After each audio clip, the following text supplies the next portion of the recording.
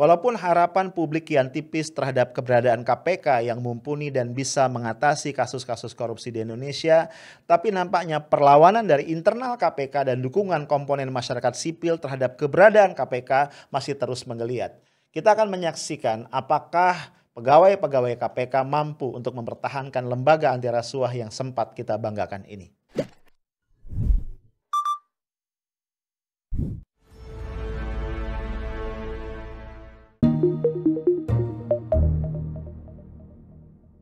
Halo guys, kita nongkrong lagi di Afternoon Tea edisi penghujung bulan Mei 2021. Gak kerasa ya, besok kita udah masuk ke bulan yang baru. Gak kerasa juga hampir setengah tahun lewat ya di tahun 2021. Ya mudah-mudahan setidak-tidaknya 50% lah dari target-target yang lu pengen capai di tahun ini sudah mulai kelihatan ya. Nah, lu masih ingat pastinya gue pernah bikin podcast dengan judul RIP KPK. KPK buat gua itu sudah sampai pada fase rest in pieces. Bukan rest in peace ya. Kalau rest in peace itu wafat dengan damai. Kenapa gua bilang rest in peace, rest in pieces? Karena gua ngelihat memang fakta-fakta lapangannya KPK ini dihajar habis-habisan dari berbagai sisi dan akhirnya kolaps atau mati suri bahkan ya. Dan sangat disayangkan terjadinya sekarang nih di periode kedua dari kepemimpinan Pak Jokowi sebagai Presiden Republik Indonesia. Kenapa gue bilang sangat disayangkan? Karena akhirnya again satu lagi janji dari Pak Jokowi tidak terlaksana. Ya, di samping sejumlah janji lainnya yang sampai hari ini kita belum melihat wujudnya. Pak Jokowi kita tahu sempat menjanjikan di awal atau sebelum menjabat di periode pertama bahwa dia punya komitmen yang tinggi betul untuk memperkuat KPK dan juga pemberantasan korupsi. Bahkan Pak Jokowi berjanji kalau perekonomian bisa tumbuh 7%, itu anggaran KPK akan dinaikkan 10 kali lipat dan dilakukan penambahan tenaga penyidik katanya. Bahkan katanya kalau perlu 1.000 kita angkat 1.000 penyidik yang baru. Epic banget ya. Tapi apa boleh buat ya, gue secara pribadi dan mungkin juga lu sepakat, kita harus mengatakan janji tinggal janji. Yang kita lihat justru adalah pelemahan sistematik terhadap KPK yang setidaknya dimulai sejak revisi Undang-Undang KPK pada tahun 2019 yang lalu dan terus berlanjut. Dan akhirnya klimaksnya dicapai pada tes wawasan kebangsaan terhadap seluruh pegawai KPK yang menghasilkan 75 dari pegawai tadi dinyatakan tidak lulus. Nah bro, tapi nampaknya walaupun gue sudah mengatakan rest in pieces, geliat perlawanan terus berlangsung. Ya, ini kita lihat pertama misalnya para pegawai KPK, 75 pegawai KPK yang dinyatakan tidak lulus TWK itu, lu tahu kan dibagi dua ya. Ada 24 yang dinyatakan masih bisa dibina, jadi mereka akan kembali mendapatkan pelatihan ya, pembinaan yang menjadi tanggung jawab pimpinan KPK. Pelatihan dan pembinaannya menyangkut wawasan kebangsaan dan juga bela negara dan kemudian akan dites ulang. Sementara yang 51 dianggap merah nih ya, udah nggak bisa diselamatkan. Nah, tapi yang menarik, kayaknya sebagian besar ya dari 75 pegawai KPK tadi sepakat. Kalaupun ada di antara mereka yang masuk kelompok yang 24, mereka tidak bersedia untuk menjalani pembinaan lebih lanjut tadi. Dan ini menurut gua dahsyat ya, satu bentuk pembangkangan yang merupakan sinyal ya kepada sinyal kuat ya, kode keras lah kepada pimpinan KPK bahwa langkah-langkah yang mereka ambil nampaknya tidak bisa diterima. Nah, ya menarik guys, ini bukan cuma dari mereka yang dinyatakan lampu kuning nih yang masih bisa dibina. Ternyata dari 1.271 pegawai KPK yang dinyatakan lolos TWK ya, ini setidaknya sampai kemarin itu sudah hampir 700. Tepatnya 600 berapa ya? 683 kalau gue nggak salah atau 693 ya, sekitar itulah. Hampir 700 pegawai KPK yang sudah dinyatakan lulus tes wawasan kebangsaan itu menolak untuk dilantik sebagai ASN pada tanggal 1 Juni besok. Hehehe, gila ya. Jadi mereka meminta agar pelantikan tadi ditunda sampai ada kejelasan mengenai nasib dari 75 orang teman-teman mereka. Nah, sikap dari lebih dari setengah ya pegawai KPK yang lolos TWK ini mendapatkan apresiasi dari mantan pimpinan KPK yaitu Bambang Wijoyanto dalam sebuah tweetnya. Ya, setidaknya Bambang mengatakan ini menunjukkan masih adanya sebuah spirit perlawanan ya. Spirit perlawanan lah katakan begitu terhadap ketidakadilan. Nah, Bro, masih banyak ya sisi menarik dari dinamika internal KPK ini. Ya lu tahu lah, 75 orang yang tidak lulus itu seringkali dikait-kaitkan ya dengan stigma radikalisme, Talibanisme dan segala macam.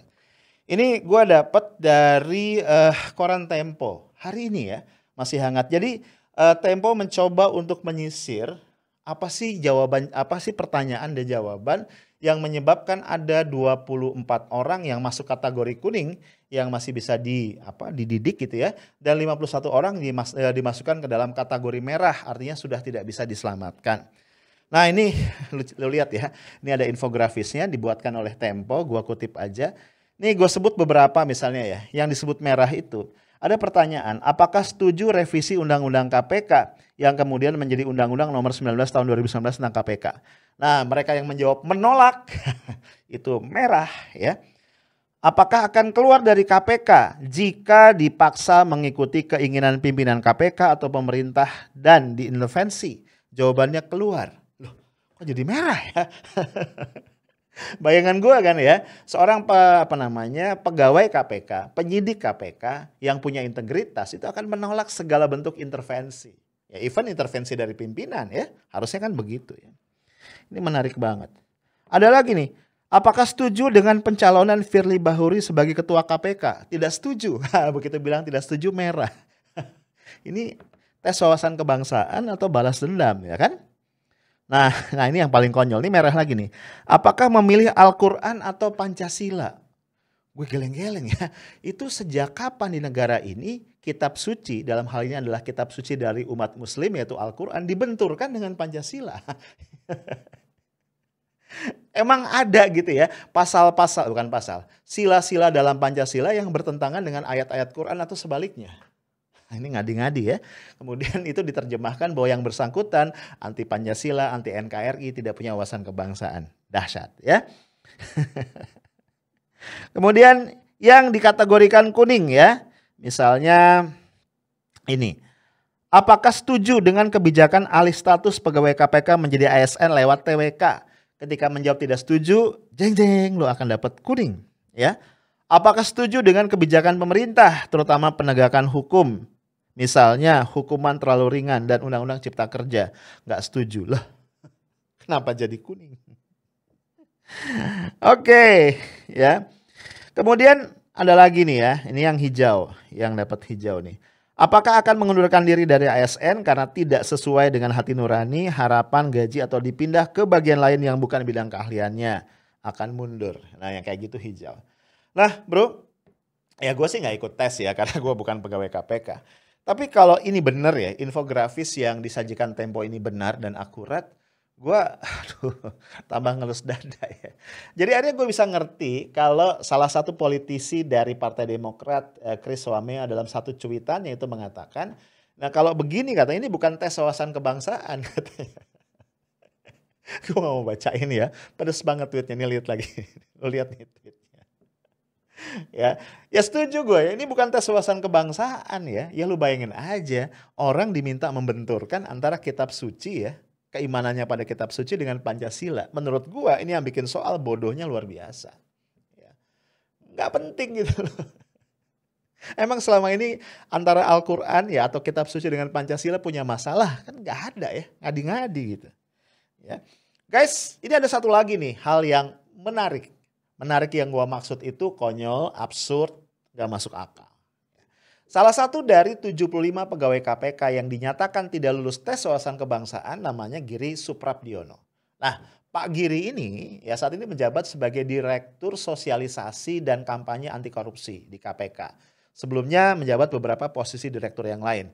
Kalau gua nggak salah pernah menjadi Direktur Gratifikasi, pernah jadi Direktur Pelayanan Masyarakat gitu ya. Dan sudah mengabdi di KPK sejak tahun 2005, berarti sudah 16 tahun.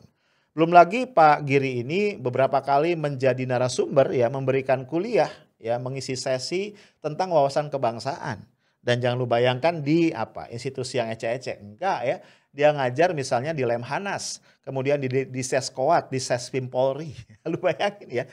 Itu lembaga-lembaga yang sangat bergengsi dan ngajarnya tadi wawasan kebangsaan. Ya nggak heran ya, karena Pak Giri ini adalah salah satu lulusan terbaik ya. Lulusan terbaik dari kursus atau latihan kepemimpinan yang diselenggarakan oleh Lembaga Administrasi Negara atau LAN. Nah, nggak tahu ya, susah bagi gue ngebayangin ya, sosok seperti Giri Suprabdiono ini dinyatakan nggak lulus TWK. Gue nggak ngerti. Nah, sehingga gue bisa ngerti ya ketika ada netizen yang kemudian nantangin ya Giri untuk adu wawasan kebangsaan dengan Firly Bahuri, Ketua KPK. Ini Giri Suprabdiono kontan menyambut baik ya dan setuju. Ya, ayo katanya gitu. Tapi Giri memang ngasih satu syarat ya. Syarat dari Giri adalah nanti kalau ini adu wawasan kebangsaan dengan Firly, kalau Firly kalah dia harus mengundurkan diri dari posisinya sebagai Ketua KPK. Gue nggak tahu Firly berani apa enggak. Kayaknya sih nggak berani ya. Nah itu tadi guys ya, kelucuan-kelucuan yang nggak lucu ya, yang terjadi seputar dinamika internal KPK belakangan ini menyangkut tadi alih status, menyangkut tes wawasan kebangsaan. Ya kita tahu ya bahwa salah satu yang dijadikan pembenaran lah, justifikasi dari penyingkiran 75 atau sekarang 51 ya, yang udah pastikan 51 dari pegawai KPK itu adalah isu radikalisme yang dikaitkan nanti dengan Taliban, dikaitkan dengan tidak NKRI, tidak mendukung pemerintah yang sah dan segala macam. Nah sebenarnya kalau kita menelisik profil dari orang-orang yang dinyatakan tidak lulus, ini semuanya menjadi terbantahkan ya. Karena kalau kita lihat ya cukup banyak loh ya dari yang tidak lulus itu mereka yang non muslim ya. Penyidik-penyidik senior yang agamanya bukan Islam ya dari kelompok-kelompok minoritas, dan bukan itu saja, mereka saat ini sedang memegang kasus-kasus besar. Lo bayangin aja dari yang tidak lulus itu ada penyidik yang sedang menangani kasusnya Harun Masiku ya. Dan orang ini mengaku tahu di mana Harun Masiku, tapi selama ini dihalang-halangi ya untuk melakukan penangkapan. Kemudian juga ada penyidik yang menangani kasus bansos, kasus KKP, kasus macam-macam ya, kalau nggak salah juga IKTP dan segala macam.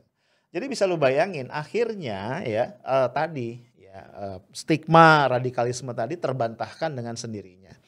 Nah, hal ini guys yang mungkin kemudian membuat Persekutuan Gereja-Gereja di Indonesia atau PGI akhirnya turut bersuara. Ya, menyatakan keprihatinannya atas tidak lulusnya tadi 75 pegawai KPK dalam TWK, dan bahkan PGI menyatakan akan mengirim surat khusus kepada Presiden Jokowi terkait dengan hal ini.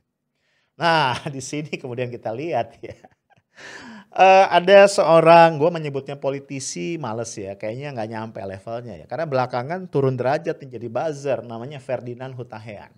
Ya, ini kan sering bikin ribut ya dalam berbagai kasus ya. Ferdinand Hutahean kemudian mencuit ya, mengatakan bahwa PGI ini sudah kerasukan setan katanya, sudah kerasukan.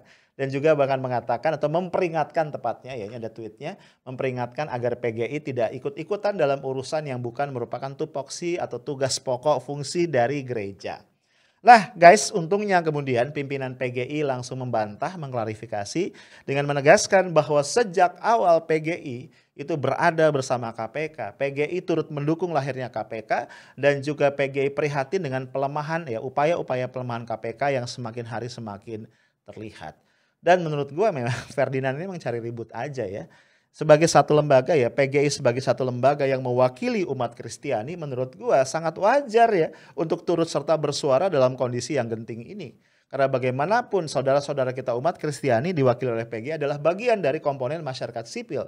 Dan komponen masyarakat sipil tentu paling berkepentingan terhadap adanya lembaga pemberantasan korupsi ya, KPK yang kuat, KPK yang berdaya, KPK yang independen, KPK yang kemudian tidak diintervensi oleh siapapun. Guys, dengan berbagai dinamika yang tadi gue ceritain, tidak berlebihan kemudian kalau ada sementara pihak yang menduga memang sejak awal ada operasi senyap ya yang berlangsung di KPK untuk melemahkan lembaga anti rasuah ini. Ya lo tahu ya namanya operasi senyap, itu biasanya dilakukan dengan sangat sabar, pelan tapi pasti, dan akhirnya mencapai finish. Dan kayaknya ini finishnya hampir sampai. Ya lo boleh setuju boleh enggak ya.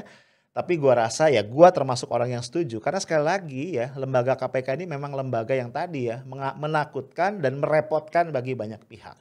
Nah tapi ada satu hal ya yang tanda kutip gua syukuri.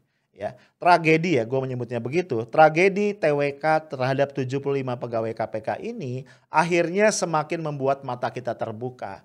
Betapa bahwa ya tadi ya, stigma radikalisme, stigma ekstremisme, anti NKRI, Taliban dan segala macam itu memang sengaja dibuat untuk menutupi persoalan-persoalan yang sesungguhnya. Dalam lingkup KPK, stigma tadi digunakan untuk apa? Untuk menutup-nutupi kasus-kasus besar. Ya, lu bayangin nih ya, begitu 51 pegawai tadi itu dinyatakan dipecat, dinonaktifkan per 1 November, akan banyak betul pihak-pihak yang terlibat di dalam korupsi besar itu yang akan bersorak kegirangan. Ya, lu bayangin, Juliari Batubara, Harun Masiku, ya, dan beberapa koruptor lain ya, mungkin koruptor IKTP atau koruptor-koruptor berbagai kasus besar yang lain. Itu semua akan bersorak kegirangan dan lu tahu ya, tinggal nunggu 2 tahun kasusnya kadaluarsa, kemudian setelah itu akan terbit SP3 lainnya ya, menyusul SP3 terhadap Samsul Nur Salim. Nah, di level nasional ya, ini juga menguak ke level yang lebih tinggi. Di level nasional akhirnya kita melihat memang penggunaan stigma radikal tadi, ya radikal, ekstrim dan segala macam memang digunakan untuk menghantam, untuk menstigmatisasi kelompok-kelompok yang berseberangan dengan pemerintah. Karena kelompok-kelompok ini akan terus ya dengan kritis melihat langkah-langkah pemerintah yang belakangan kita lihat semakin menunjukkan kegagalan di dalam menyelesaikan berbagai persoalan bangsa. Nah, tapi yang gue yakini ya perlawanan dari internal KPK ya terhadap upaya-upaya untuk mematikan KPK ini yang didukung oleh komponen-komponen masyarakat sipil akan terus terjadi. Dan yang juga menarik adalah isu KPK ini kemudian menyatukan berbagai kekuatan ya. Kelompok-kelompok yang selama ini dianggap berada di sebelah kanan atau di sebelah kiri yaitu kemudian semuanya merapat ke tengah dan semuanya sadar bahwa KPK bagaimanapun sedapat mungkin harus diselamatkan. Guys, kita akan menyaksikan ya seperti apa nanti hasil rapat dari pimpinan KPK malam ini dan juga seperti apa dinamika selanjutnya. Stay tough, smart and professional. Assalamualaikum warahmatullahi wabarakatuh.